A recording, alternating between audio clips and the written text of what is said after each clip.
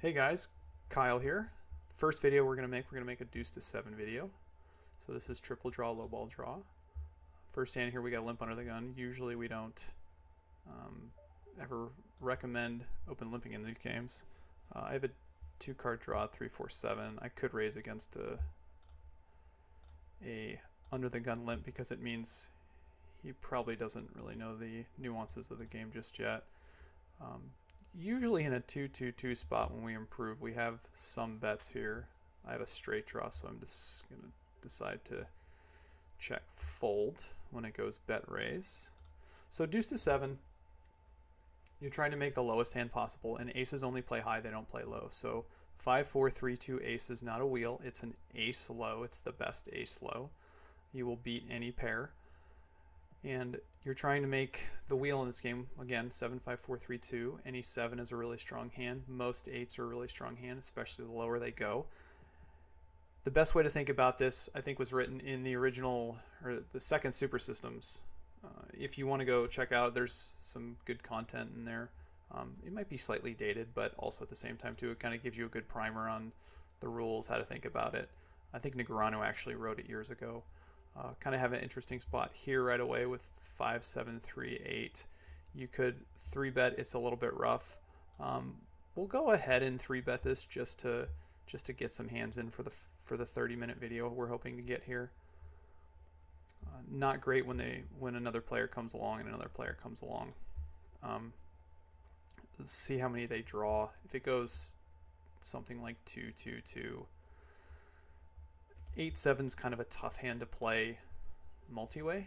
That's why we're trying to 3-bet and get it heads up. But now, given this fact, I actually think I'm going to go ahead and break the 8 and try to hit a deuce. Because the playability of the hand when you make an 8-7 versus making a 7 is totally different. You can do so many different things and you can put a lot of action in. When this player bets after having the lead, it doesn't mean that he's necessarily pat. It just means that he has the draw lead most of the time. So we're going to go ahead and call in PL1 if we get check raised. Don't love it. Also, when these two players, 22 and Bubble Boy, decided to call behind, it most likely means that they have a deuce. So we're not necessarily drawing great in this situation, but again, it's one of those spots where if we get the opportunity to play several streets when we make a deuce or a 7 and we get more action in, it's going to be a lot easier to play our hand. Now with one draw left, we're not getting the right price to really draw to deuce, considering we probably know where 2 of them are. So we're just going to throw the 7 draw away. We don't even know if we make an 8. We do make an 8-7, 6-5-3. Not a straight, but also most likely not going to win most of the time. So we're going to throw that one away. 9-9-9-3. Going back to over the rules of the game, pairs are bad, flushes are bad, straights are bad. So if you do make 7-5-4-3-2 and it's all a flush, that's a flush. It's almost any hand's going to pretty much beat you at that point. Same with a straight. You definitely want to have a deuce in your hand. Deuces are the premier card in this game. If you're opening from an early position, you usually want to have something like a 2-card draw with a deuce, drawing at a wheel. Some of the 8 draws are okay, but you want to have at least usually a deuce in your hand too. If you have some blockers in your hand too, meaning you have like a pair of deuces or a pair of 3s with it, that's even better for you. That improves the likelihood that you'll make a better hand than your opponent at showdown just a little bit, because you're blocking the outs that they usually need as well. There is plenty of bluffing, plenty of snowing, plenty of fun hands here. The 3-4-8 in the hijack will open. We'll get some hands in. 3-4-8 under the gun I would probably fold, especially with any blockers. 3-3-4-4-8 I might open, but we're gonna just get a few hands in for sure. I don't want to be a super boring video. 2-10s here, no improvement. If given the opportunity, we're going to draw 2 again at the 8-4-3. When it goes bet raise, most likely it's going to be one or one pat now, so they both look like they improve, so we're just going to fold. Plus we don't have a real premium draw. If we had seen a couple deuces, a couple sevens, you can make the argument for peeling again. I don't think we're necessarily getting the right price. Plus if we call, we could get 3-bet again by this player in position 22. So we're going to go ahead and fold. I think 3-4-8 there is in that spot is close, because we definitely want to be drawing as smooth as we possibly can. When we say smooth, we want to have something like a 7 draw. So deuce 3-7 is the best 2-card draw in that situation. 2-3-4 is fine as well. Any 3 to a wheel with a deuce in a hand would be really good. We don't really have a playable hand here. 6-5 is not a good draw on its own, so we just go away. Kind of interesting here. I think it went, I think if I read that right, I can't remember now. I don't remember if he 3-bet or not, but following the draws is important in this game. Usually if someone has the betting lead, so he made a straight here and he decided to bluff his hand or snow it, that's usually a good candidate to consider snowing with, just because you have no showdown value. If you check it and he checks behind, you can never win. So the flushes are usually good candidates. I'm sorry, the straights are usually good candidates to consider snowing with.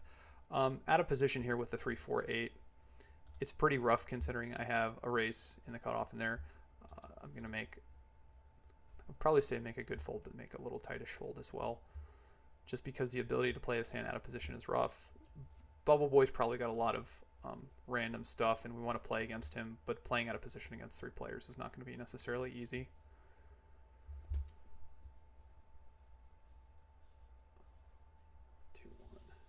It's interesting too that the button decided to call and draw 1, so my guess is like a lot of these guys are also just drawing a little bit rougher, and you're going to see that at the lower limits or the micro limits, like 50 cent a dollar. Most players who I'd say know the unwritten rules is not the right word, but kind of the speed of the game, kind of the processes of the game. 3-4-8. I'm getting 3-4-8 a lot here. I don't know why. Against under the gun, we're just going to fold it again. Again, it's a little bit rough. Most likely that Moxie here has a stronger draw than us, even though we are playing in position. Actually, against Bubble Boy, we probably could have considered calling here because you can just play so many hands. So if I'd given this hand again, I might decide to call here and play in position against both of them, because I expect him to be pretty rough, but we won't see that one, unfortunately.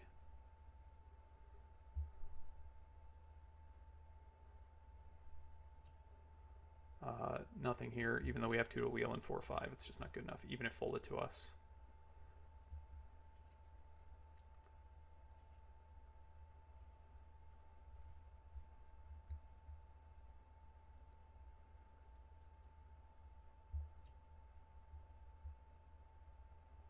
So usually pre-draw, if you have a 1-card draw, you're usually raising and or raising from most positions. There are certain times when calling is okay. Say at these micro limits, usually anytime you have a 1-card draw, go ahead and just keep raising as much as you want, just because especially if you have a really good smooth draw, you're just going to be pushing a lot of equity. And a lot of times when you make a really good hand in this game, you're just going to have drawing dead. 2-5-6. You don't really have to worry about the flush in this situation. Again, I want to play a couple hands here, so opening this is fine. Under the gun, it would be probably a little bit loose to open the 2-5-6. He's drawing 4 here, so obviously like we want to be playing hands against Lash and Bubble Boy. Now I got off my flush draw here. I did pair, but if he's going to draw 4, like I'm just going to go ahead and bet, and we'll get to play in position. So even if he improves to like the 2, I don't really care. We'll know what to do better than him. He checks, we're going to check it back, and if he draws 2, we're going to draw 2. I don't think we're going to do anything but draw 2 here, keeping the queen and drawing. We could decide to snow in this situation, but I'm just going to go ahead and now I'm going to bet that the 6 is on the river. This is a little bit of an over bluff, but I also think too, against most players, they might fold a little bit tighter than what they should. Because when you draw 2 in this situation, like I'm going to make 2 pairs, I'm going to make tricks, I'm going to make hands that aren't necessarily great. 3, 4, 5, 6. So 3, 4, 5, 6 is, I wouldn't say a special case, but if you find yourself playing 3, 4, 5, 6 from a certain position, I would draw the 3, 4, 5 and throw the 6 away. I've seen a lot of people keep 3, 4, 5, 6, and you basically, if you keep 3, 4, 5, 6, you limit yourself to making an 8 or a 9. If you keep 3, 4, 5, you give yourself an extra opportunity to make a wheel or a really good 8. But the times when I've seen players draw the 3, 4, 5, 6, it's just it's a rough hand for sure. So if you find yourself in a position where you actually have the 3, 4, 5, 6, I would most likely break 2 and draw. You can theoretically, if you're playing against a pretty tight opponent, just draw the 3, 4, 5, 6, and then I would say pat pretty quick. This is kind of an interesting one here too against the 8, 7, 6. You can draw 3 here, or sorry, you can draw 2 here. You can draw 1 at the 8. I'm just going to go ahead and break, and I'm going to draw 2 at this 3, 7, 6. I'm not quite sure what this means. This usually means it's it usually means it's like kind of a weaker draw. I'm not going to keep the 9 here in this situation. I'm going to draw 2 again, because 9, even if I make 9, 7, it's not good a lot of times. And now I'm just going to go ahead and fold. Usually against a pat hand on the first draw, you never draw and make a you never draw again at a oh, you know what, I just thought of something too. Usually in a situation like this where they draw 1, usually they have a straight draw with a deuce, or without the deuce. So my mind usually in the situation where this player decided to cold call and draw 1 pre-draw, he has some sort of straight draw and he's hoping for a deuce, and that's what he caught. But also in that situation, this player made, looks like, I think it was number 2 there, made a 7 and beat his 8, 6. So you'll see that at the beginning levels a lot of times when like a player cold calls a raise when they should be re-raising. A lot of times it's a straight draw that needs a deuce. I mean, I've even seen the 3, 4, 5, 6 going back to that hand. If folded to us on the button here, 8, 5, 7 is a little bit rough. Definitely folding against an open. If I'm going to open 8, 5, 7, I would prefer to have some blockers here.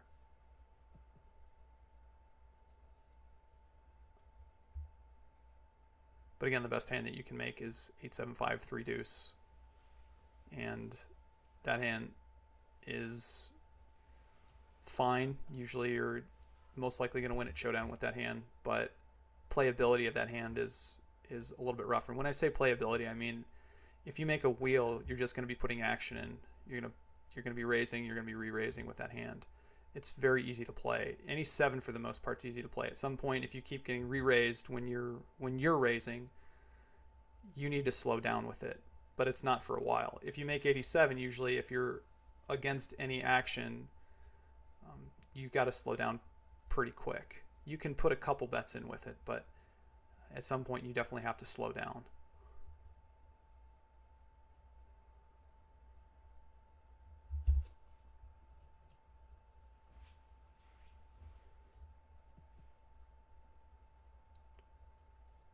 So 3, 1, 2 in this spot. Anyone who has the draw lead is usually betting. Now it's going to go 1, 1, 1. 1, 1, 1s can be definitely interesting at the end. Pair of 8s, ace low. This is the better ace low. So ace 6 is the better ace low. Out of position there with the 8s. Not quite sure. He probably should bet with the 8s in that situation, because obviously it's the top of his range. He can't win at showdown. 8s aren't necessarily the best card to bluff with, but I probably would go ahead and try to bluff it. Now again, you can easily over bluff if you're just bluffing all your pairs, and people will just decide to call you down. 2-5-6 in the big blind, where this is an easy defend. We'll draw 2 here. And it looks like it might just draw 2 around the way that this hand's played out so far. Improve to 8-6-5-2 draw, which is pretty strong. You can do a couple things in this situation. You can check. You can bet. I do block 1-5. I'm going to put the bet out here just because I think these players in general can have some weaker draws. I think in tough games, like I think checking here would actually be okay too. Pairing the 5 also helps.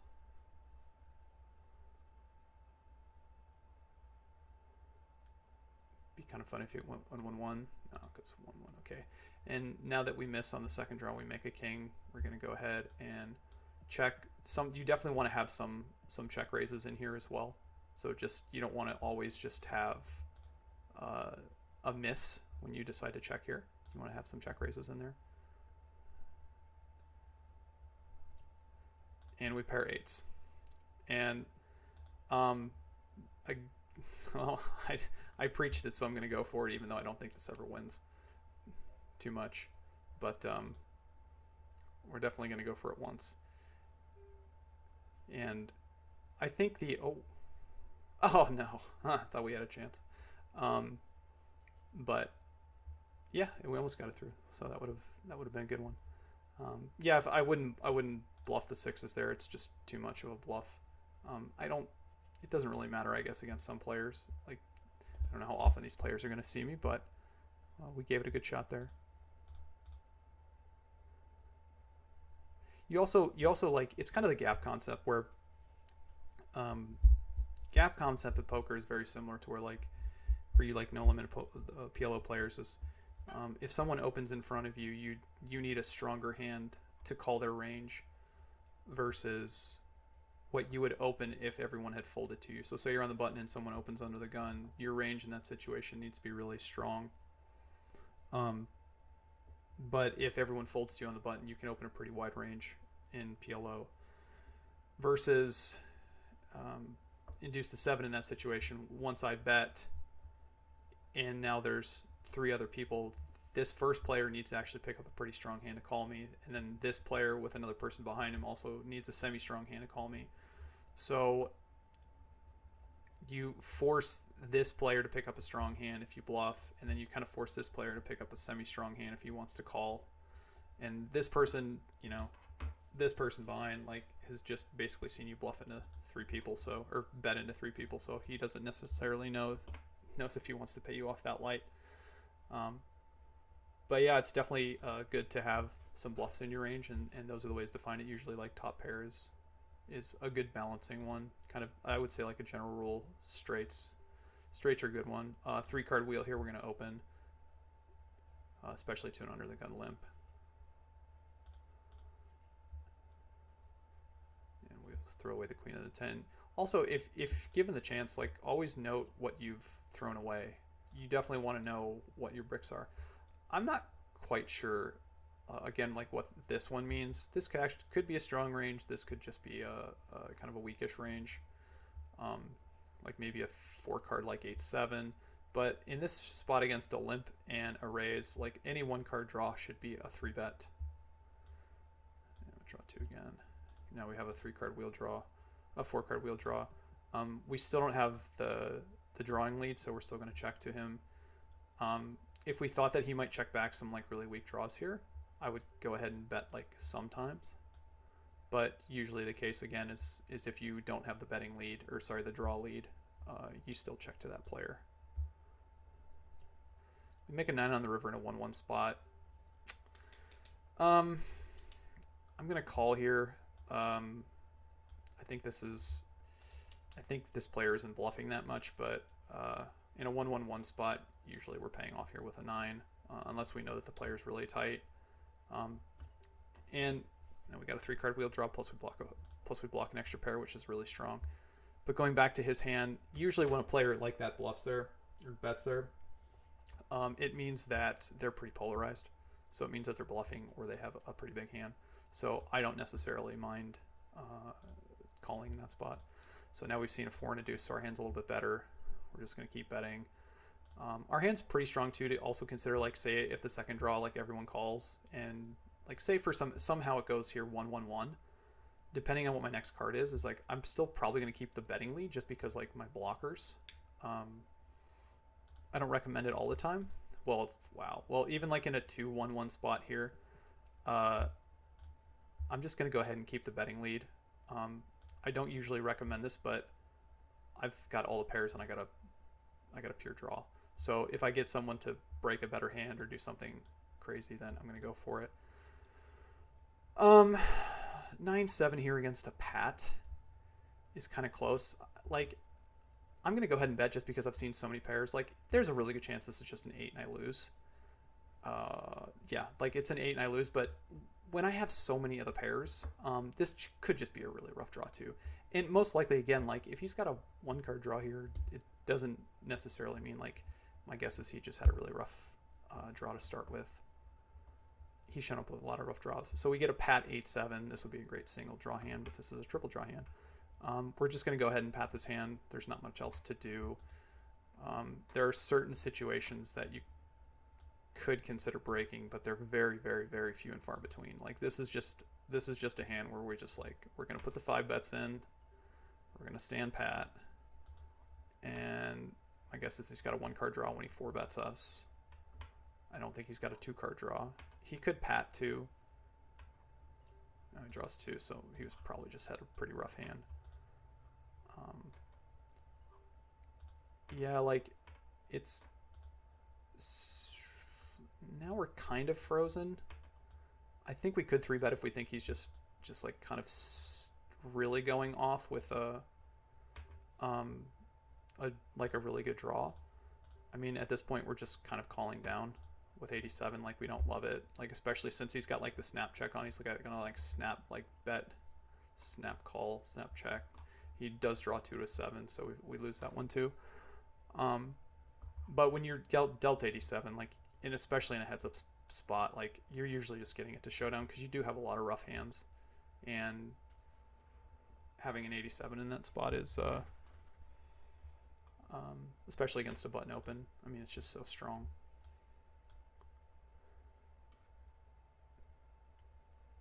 We get dealt the jack high straight here, so this is not a jack low. This is a jack high straight. We would lose to everything pretty much except flushes. I have seen a player on the river bluff a straight and get called by a flush, not knowing that a flush was a bad hand and the straight did win the pot. That was kind of a legendary hand back in the day. Looks like he's going to time out. And for people who don't play deuce to 7, deuce to 7 is a pretty swingy game. It's just one of those games where the ups and downs are yeah, you can easily lose 50 bets, so like $50 in a session is not unheard of, and even if you play a little bit longer, you could easily lose 100 bets pretty fast.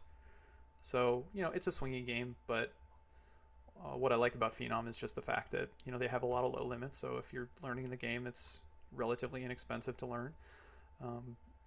Like I said, if you want some materials, I would definitely recommend going to look at the original Super Systems. Anytime Chris Fitch does commentary on anything, you should probably listen to it. Yeah, he's pretty much the one who taught me deuce to 7. I forget what the original site was. So he decided to bluff a pair of 3s here again. Like this is just too much of an over bluff. If you're bluffing 3s, you're betting on the fact that your opponent is just going to overfold too much if you're betting that hand. 3-4. This would not be an open. But yeah, Chris's commentary is great on any game. So if you have a PokerGo subscription, he does a lot of commentary during the World Series. He did the 10K deuce to 7 on day 3. So I would highly recommend, if you have a PokerGo subscription, you want to hear him pick some of his brain and some of his thoughts. Like, it's a great spot to do it, even if you're a beginner.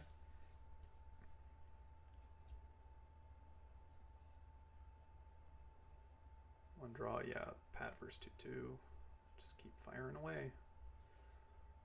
It's a good feeling when you have 0 and they have 1 draw remaining and they're both drawing 2.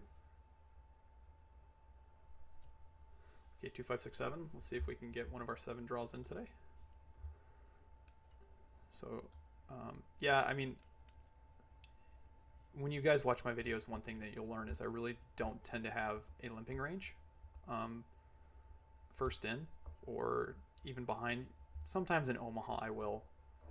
So I can't say that I always won't, but I more play a raise or fold strategy. So the draws went 3, 2, 1. I'm always betting in this situation. Always in position. Range is stronger. Have the draw lead. Just gonna keep pairing. I guess we're gonna keep pairing. That is a little bit strange. Usually they don't do that. Usually if you make a pat hand, you go for a check raise. So my guess is gonna go 1 pat. And usually when a player does this, it's like it doesn't have to be a strong hand. This could be pretty rough. If it goes check check, we're gonna bet. And if he bets, we're gonna call. And again, it's kind of like one of those things where I don't necessarily love it because he's like it's kind of interesting that he chose. We finally won a hand, which is nice, but he chose to lead that hand and then lead the river. I guess he was hoping to get called, thinking that he might be bluffing some of the times, which is, or he just might be overvaluing like how strong a 9 is in that situation. Because if he's got 9-8 and I got like a 7 draw, I think if he's up against 2 draws, I think in that spot, off the top of my head, I think the math is he's about a 50% favorite against those 2 draws. I'd have to look, but against my hand, I think he's roughly around 75%. So my guess is against 2 hands that can beat him with a draw, he's roughly 50. Now that doesn't mean he shouldn't bet in that situation. It just makes it a little more interesting that he decided to bet that hand, and I would definitely take a note. So he's in Colombia, which is interesting. So let's see. Always make notes when you can. I think I noted this also, but if given the chance, given the opportunity, bet 9-8. I think it was 6-4-2 in a 1-2-1 spot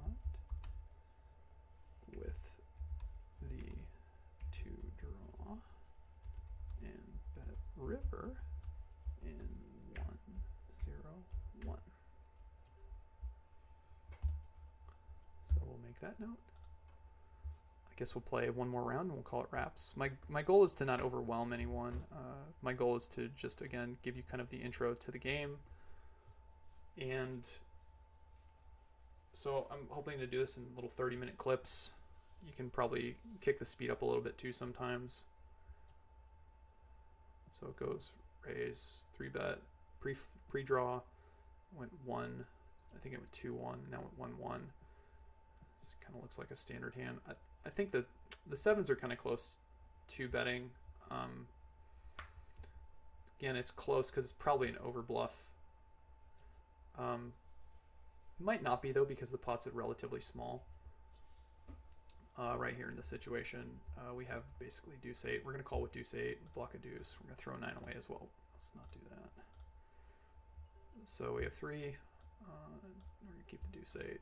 Catch another deuce. So now we've seen 3 of the deuces. Yeah, even though I improved here, I'm still going to check. I have a little bit of the he improves to 1. I'm not even sure if I'm going to get check raise. So I've seen 3 of the deuces, so his draw should be a little bit rougher.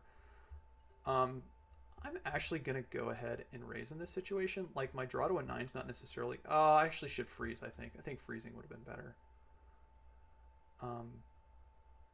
Yeah, I should have frozen. What I mean by that is like, if he bet, I probably should have... if he bet... Now I'm a slight favorite with a jack-9 in this situation when he decides to draw. And my 9 draw is not necessarily great, so I'm going to check behind and hope that he missed, and he didn't. But I think freezing is actually a little bit more interesting, because if he decides to bet in that spot and he pats, I can draw at the 9, and if he draws, I can just pat the jack.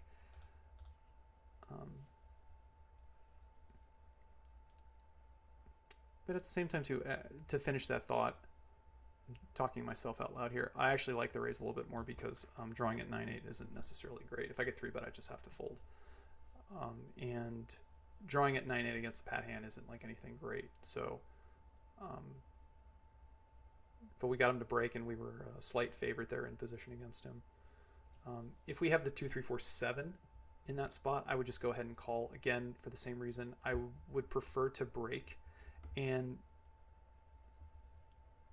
try to make a 7 or like an 87 because I have more playability that way. It can go raise 3-bet.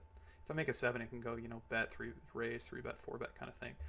But if I have like the jack, like the hand that I did there, I can just only check behind, or I can only call a bet if I think he's bluffing or over bluffing. 8-3-5 here if given the opportunity. As you notice, like if this is a theory, like usually we don't keep nines, almost never really pre-draw. So 8-3-5-4. He checks in a 2-2 spot. We're gonna go ahead and bet. He does improve. Jack through 4-8-5. Not loving this. I'm just gonna check it back in this situation. Just draw again. I'd much rather draw for action. And we just pair, and if he bets, we're just going to fold. And if he checks, we're going to bet. And lose to a 10. Again, pretty standard. Like, I just keep making top pairs, middle pairs, and all the pairs. So sometimes that happens, and that's one of the reasons it can be a little bit swingy. Is sometimes you miss and sometimes you don't. I'm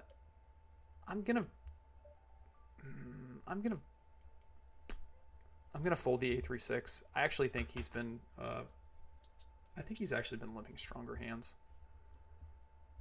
And 8-3-6, the best hand I can make is 8-6 4-3-2.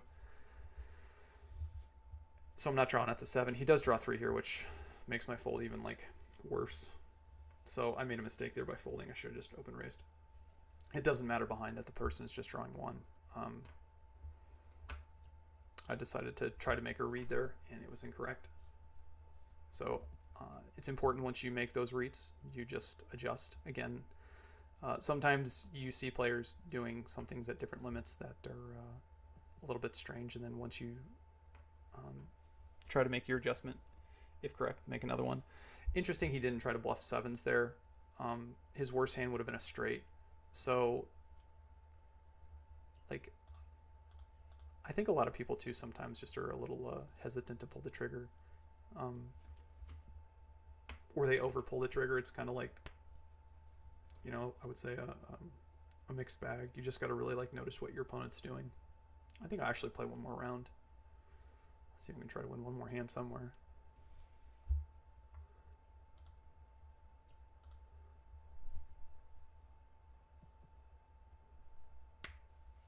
Sorry, cracked my knuckle.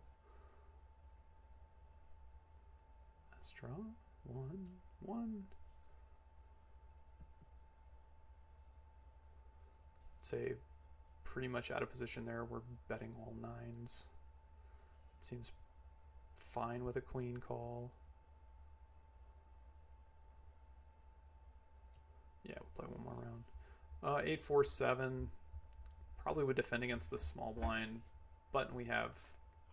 We probably have a defend against the button. Just debating how to do it. You could probably just also fold this hand if you're uncomfortable playing with it. I don't think it's against the button open if you don't really know yet. But in my situation here, 8-4-7 against 2 players and an under the gun raise for sure is just an easy fold.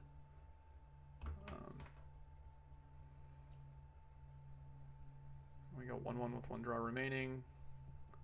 Goes check check. Most likely they both missed. And 1-1 again. And game is kind of like simplified here on this river. Like there's not much to do. Like this is a good bet by the 86, and then an easy call with the 98 when he made it over here. So usually on rivers when it goes 1-1, like there's not too many bets that are going to go in. If someone has a wheel and someone has like the second best hand, then obviously some action's going to go in. My guess is usually going to cap it at about 4 bets. I think the site I think Phenom caps it at 5. 79-10. Obviously this is rags. Throw this one away. But the game is just simplified realistically in a 1-1. You shouldn't lose too many bets on the river. Unless you know something about your opponent where you can kind of exploit a little bit more. And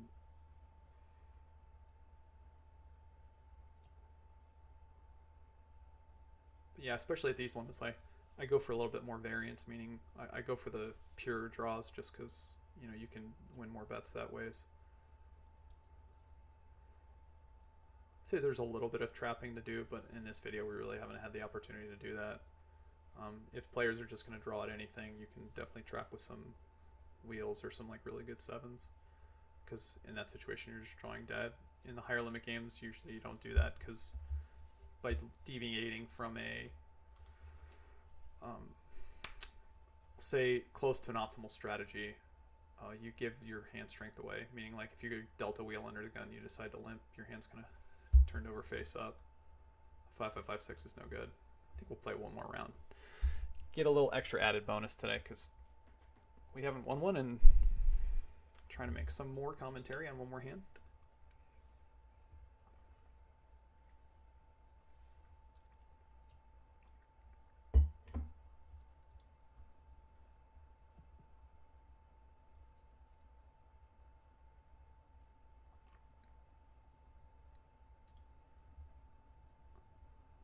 Two draws, 1-1.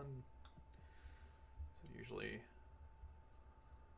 all right, let's see if they check calls. You check calls, so now it should go one pat. Unless you had some inside information, sometimes he can bet here. And depends how wide he wants to bet against his opponent. What is pat range here? Usually you're checking jacks, usually you're checking tens. Some of the nines you can check.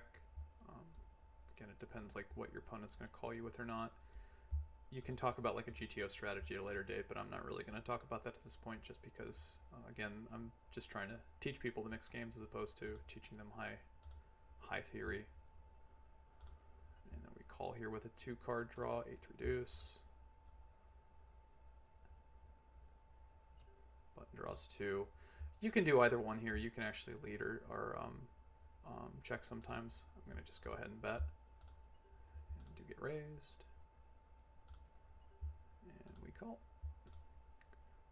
If we make a, I'm going to check the 10 and draw. If we make the 5 or 6, we're going to lead. If I made the 5 or 6 on this draw, I was going to go ahead and check raise, because against a 2-card draw like an 86 or 85 is actually quite strong. And then we make the king here, we're just going to go ahead and check fold.